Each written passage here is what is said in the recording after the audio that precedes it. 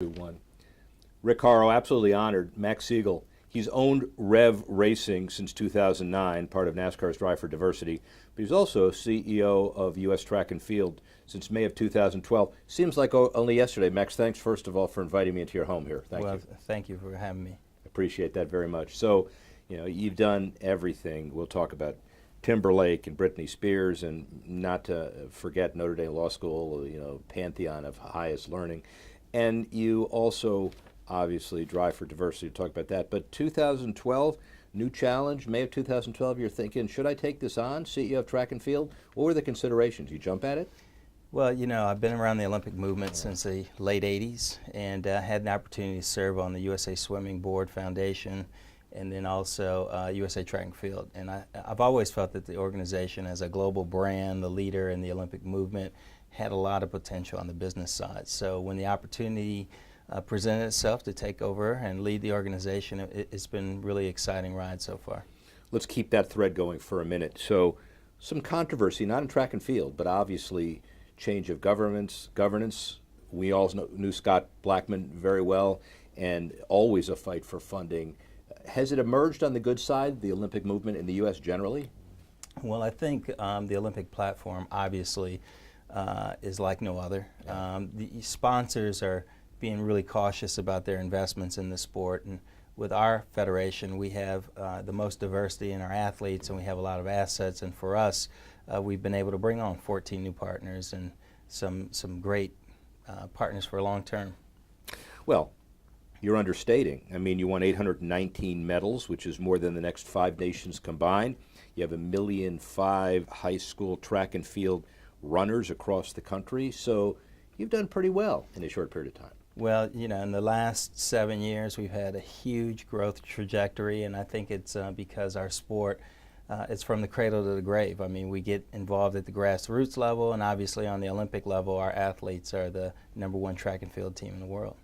And so it takes a little bit of money for a kid to pick up a golf club, and of course Tiger Woods is trying to minimize that barrier to entry, but anybody can run. So how does that distinction parlay into more and more youth in track and field? Well, we like to say that we're the sport behind the sport, that you have to run, jump, and throw to be great at any sport, and it's exciting to see the engagement with our young people. So we have a rich pipeline, and the future for our athletes on the elite level is really bright. And growing the sport from a youth level, very important part of your mandate, but also your heart. You didn't have the most stable upbringing yourself, so talk about that a bit. Yeah, sport really saved my life, and I dug in school, and I dug in sport just to have an excuse to not go home.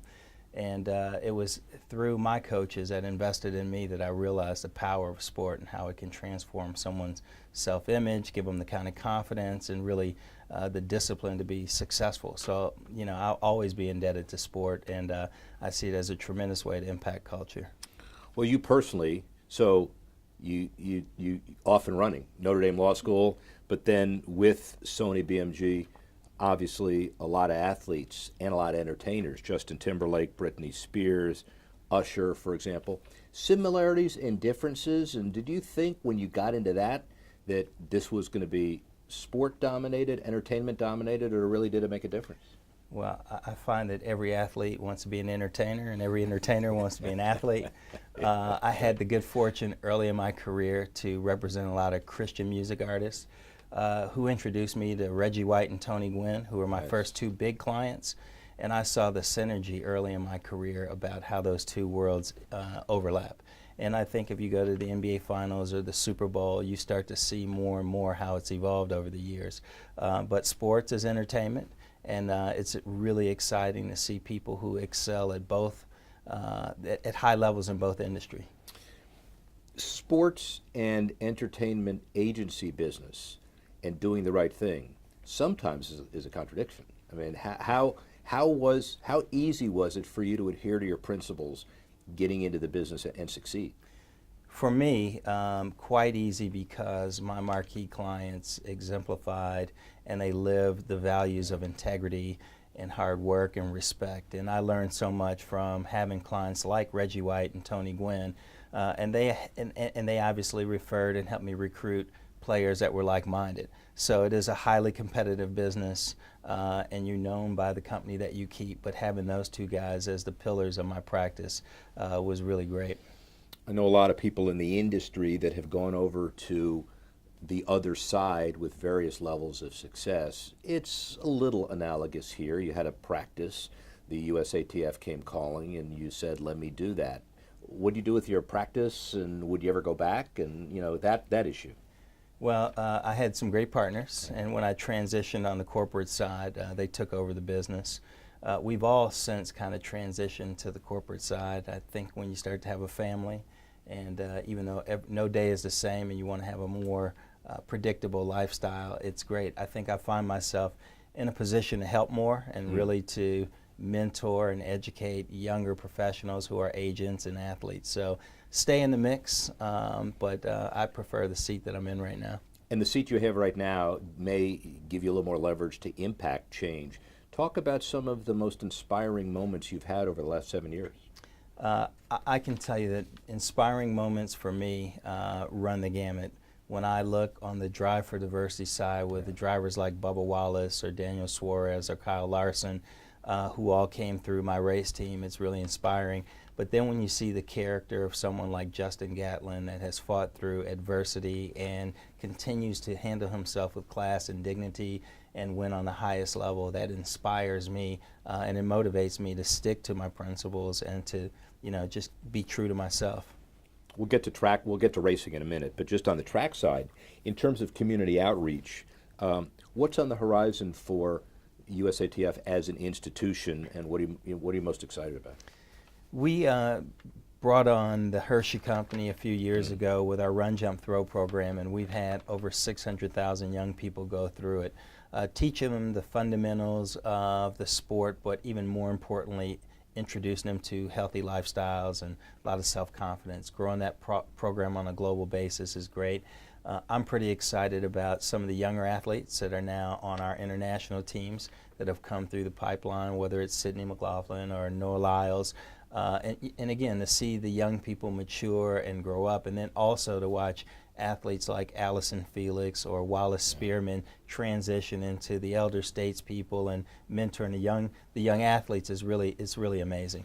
And just remember, ladies and gentlemen, this is somewhat equivalent to Dan Marino with isotoner gloves on the beach. Hershey's is a chocolate company, and this man and others have sold them on a program of athlete fitness and health. Easy to do? Well, the reality is that the partnership came about because Milton Hershey, who was an orphan, was really committed to the happiness and emotional well-being of children. And so they had the Hershey Track and Field Games, and when they talked about his legacy of creating fun and excitement and a great environment for people, we were really kind of a natural partner for them. So it's interesting how it came in the door. It's a confection company, but they're really committed to the sport. Confection company, ladies and gentlemen, a healthy confection company. There you go. There's a salesman for you. But somebody selling a real significant asset. Let's talk for a minute about Rev Racing. You've been an equity owner since 2009, and one of the numbers that really struck me is that 40 crew members are currently on NASCAR teams. Now you may have more now, but how did you decide to make a difference, and how did you implement it? So I'll go back to Reggie again. So Reggie White, Eddie DeBartolo, Ronnie Lott, and I were looking many years ago, collaborating with Joe Gibbs and Rick Hendrick to get into the sport. We were forming and ultimately purchased a NASCAR team, and Reggie passed away. So it was at that time when Reggie called me. I'm Max Siegel, a black guy with a Jewish name, and he told me there were a lot of opportunities in NASCAR, and I thought he was crazy. But the reality is that there are. And so after spending 2 years as the president of Dale Earnhardt Incorporated, Brian France, the chairman, said, hey, listen, we want to look at the future of the sport. We want to diversify the athletes and the fan base. And my director of human performance, Coach Phil Horton, African-American legend, has a strong history in the sport. We collaborated. So the Pit Crew program was the first training program that we created together 11 years ago. And we've had 100% success in terms of placement of graduates from our program. So watching athletes who have peaked or don't really realize there's an opportunity to continue their profession in the sport has been great. But 40 throughout the National Touring Series, and when we go to a race and I see the change, it's a lot that makes me really proud. And the unfortunate little secret is to have to overcome a presumption. Brian France, Lisa Kennedy, they're all really committed. I mean, Lisa, obviously, but everybody's committed to diversity. It's not as if you plug and play and say the right thing. You really do it. Yeah, they've been committed for the last 20 years, and I've been partners with them for 11. So their commitment is unwavering. Yeah. So the other piece that I wanted to get to are commonalities. The USATF, obviously, Rev Racing, your early days as an agent. What have you learned generally about the power of sports that can really change lives if harnessed properly? So what I'll talk about at competition, first of all, both sports are family sports. You see so many families that participate in the sport, that attend as fans. But what was really interesting is I was the first African-American employee ever at Dale Earnhardt Incorporated going in as the president. We had 600 employees, and it was a company that had a 28-year history, and we bonded around sport. Many of us couldn't be far more different than we actually were, right. But passionate about the sport, making the cars go faster, taking care of your family, and it's through sport you realize that we have more in common than we do differences. And so traveling on the global stage, the one story I do tell when I first took this job, and I'll try to make it brief. No, it's I went to, my first assignment was to accept the award from the International Athletic Federation as a founding member of the federation. So they said, you have to go to Monaco and you have to represent the United States. And I grew up, my parents didn't go to college. I'm from Indianapolis public schools. So I got on a plane, landed in Nice, France. They put me on a helicopter over to Monaco in a motorcade to the palace to meet Prince Albert and the president of IAAF to be a guest of honor. And all they talked about were the amazing athletes that we have and how around the world people want to be like the federation and the athletes. And sitting at that table, being from Indianapolis, again with parents who didn't go to college, I realized what a unifying, how sports unifies people and how it really, really has an impact at culture at the highest level and through all walks of life. A Greg Ballard question that you can answer even better, and Eli Lilly, this has morphed from a dream to the amateur sports capital of the world. How did it happen, but more important, how did it sustain? So I had the benefit of being a young associate with Baker & Daniels, and I worked for Jack Swarbrick and worked with Jeff Smulyan and Michael Browning and Jim Morris and Dave Frick. And not a bad group of people, by the way. And that group decided that we wanted to make Indianapolis the amateur sports capital of the world, and it was through all the effort, the sweat equity, and the sales pitches and attracting institutions here.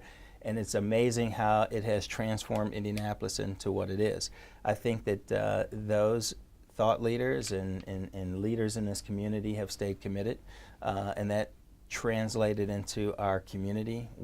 I don't know that there's a city that is more embracing of national events. And we make a commitment being here to stay connected to the community as well. And now we have leadership in Ryan Vaughn, who's the chairman at Indiana Sports Corp, and continuing to have cast a really ambitious vision for Indianapolis. And the fact the NCAA headquarters and the stadium and the commitment of X number of Final Fours, men and women, and on and on and on. And so it's an economic engine, too. It's not just an anecdotal social. Absolutely. And, when we had the Super Bowl here, it was very obvious how an event of that magnitude has an economic impact and can transform a community.